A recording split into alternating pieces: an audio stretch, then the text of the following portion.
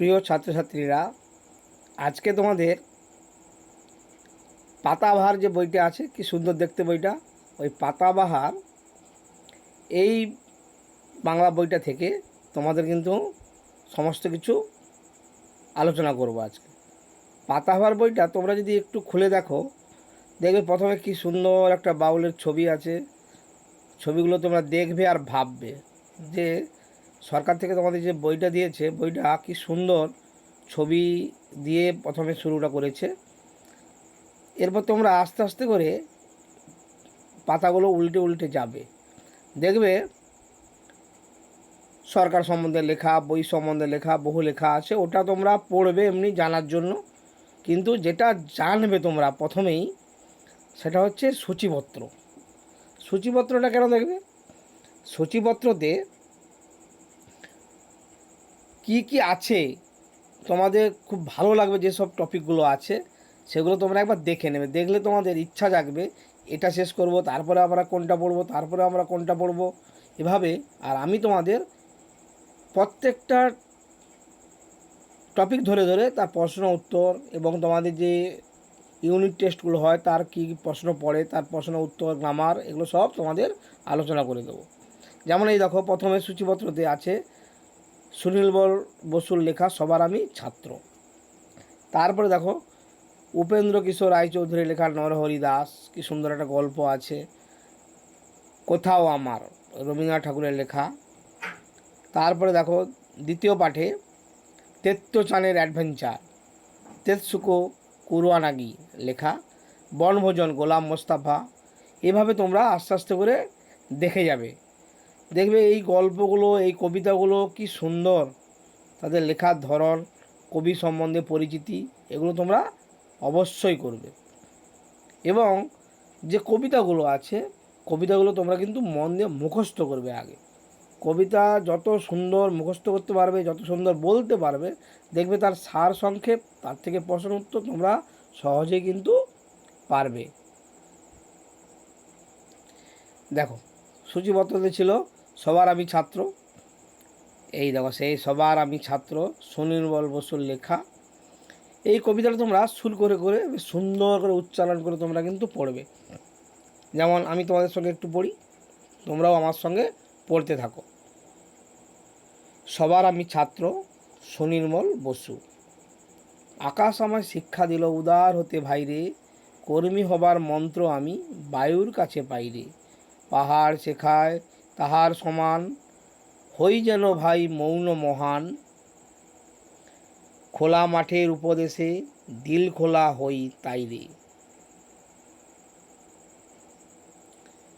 সূর্য আমায় মন্ত্রণা দেয় আপন তেজে জ্বলতে, চাঁদ শিখালো হাসতে মিঠে মধুর কথা বলতে। ইঙ্গিতে তার শিখায় সাগর, অন্তর হোক রত্ন আকর। নদীর কাছে শিক্ষা পেলাম আপন বেগে চলতে। মাটির কাছে সহিষ্ণুতা পেলাম আমি শিক্ষা, আপন কাজে কঠোর হতে পাষাণ দিল দীক্ষা। ঝর্ণা তাহার সহজ গানে গান জাগালো আমার প্রাণে, শ্যাম বনানী সরসতা আমায় দিল ভিক্ষা। বিশ্বজোড়া পাঠশালা মোর, সবার আমি ছাত্র, নানান ভাবের নতুন জিনিস শিখছি দিবারাত্র। এই পৃথিবীর বিরাট খাতায় পাঠ্য যেসব পাতায় পাতায়, শিখছি সেসব কৌতূহলে সন্দেহ নাই মাত্র। কবিতাটা খুব সুন্দর না? তোমরা কিন্তু এটা অবশ্যই মুখস্থ করে ফেলবে, কোনো লাইন কমা পূর্ণচ্ছেদ কিচ্ছু বাদ দেবে না, সুন্দরভাবে মুখস্থ করবে। এবং মুখস্থ কীভাবে করবে না, স্তবক ওয়াইজ। অর্থাৎ ধরো একদম প্রথমে আছে আকাশ আমায় শিক্ষা দিল উদার হতে ভাইরে, কর্মী হবার মন্ত্র আমি বায়ুর কাছে পাইরে। এই 4 লাইন প্রথমে মুখস্থ করবে, তারপরে আবার 4 লাইন, এভাবে তোমরা অবশ্যই মুখস্থ করে ফেলবে। মুখস্থ হয়ে গেলে কি করবে? মুখস্থ হয়ে গেলে এর যে মূল বিষয়বস্তু বা সার সংক্ষেপ, যেটা মূল কথা, এই কবিতায় সুনির্মল বসু কী বোঝাতে চেয়েছেন তোমাদেরকে বা তিনি নিজে বুঝেছেন, সেটা তোমাদের এবার বুঝতে হবে। তাহলে তোমরা অবশ্যই কবিতাটা মুখস্থ করবে। চলো এরপরে আমরা যাব এর সারসংক্ষেপ নিয়ে কিছুটা আলোচনা করতে। তার আগে আবারও তোমাদের বলেছি, এই কবিতাটা কিন্তু মুখস্থ করতে হবে, নাহলে লাইন বাই লাইন তার মানে কিন্তু তোমরা পাবে না। তাই আগে তোমরা মুখস্থ করে ফেলবে। এই কবিতার সারমর্ম তোমরা অবশ্যই সুন্দর হবে, এটাও তোমরা মুখস্থ করবে। যেমন দেখো যে আমাদের এই পৃথিবী, এটা কবি সুনির্মল বসুর কাছে মনে হয়েছে একটা শিক্ষালয়, এটা একটা শিক্ষার পীঠস্থান। এখান থেকে প্রচুর কিছু শেখা যায়, যেমন এর প্রকৃতি থেকে শেখা যায়, এখানে যে মানুষজন বাস করে সেখান থেকেও শেখা যায়, সমাজ থেকেও শেখা যায়।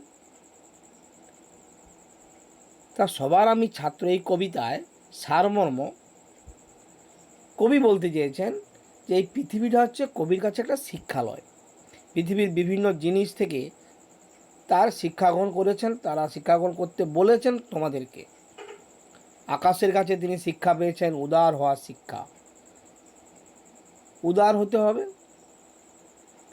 বাতাস থেকে শিখেছেন কর্মী হতে, মহান হতে শিখেছে পাহাড়। খোলা মাঠকে দেখে তিনি মন খোলা হওয়ার শিক্ষা পেয়েছেন। সূর্যের কাছ থেকে তিনি পেয়েছেন আপন তেজে জ্বলতে, আপন তেজে জ্বলতে থাকার শিক্ষা তিনি সূর্যের কাছ থেকে পেয়েছেন। মিষ্টি হাসির মধুর কথা বলতে তিনি শিখেছেন চাঁদের কাছ থেকে। সাগরকে দেখে তিনি নিজের অন্তরকে তিনি রত্ন আকর বা রত্নের খনি গড়ে তুলতে উৎসাহ লাভ করেছেন। নদীর কাছ থেকে তিনি লাভ করেছেন আপন বেগে এগিয়ে চলার শক্তি। সহ্য শক্তি লাভ করেছেন কবি মাটির কাছ থেকে। পাথর তাকে শিক্ষা দিয়েছে নিজের কাজে কঠোর হতে। ঝর্ণা তার স্বাভাবিক যে কলকল ধ্বনি, সেই কলগানে কবির মনে গান জাগিয়েছে। শ্যামবনানী অর্থাৎ এই যে সবুজ গাছপালা কবিকে দিয়েছে সরসতা। সারা পৃথিবী জুড়েই কবি শিক্ষা লাভ করেছেন, তাই কবির মনে হয়েছে এই গোটা পৃথিবী একটা পাঠশালা, আর কবি সেখানে একজন ছাত্র। কবি দিনরাত এই বিশ্ব প্রকৃতির কাছ থেকে নতুন নতুন জিনিস শিখছেন এবং সেটাই তোমাদের সামনে কবিতার আকারে তুলে ধরেছেন। সবার আমি ছাত্র।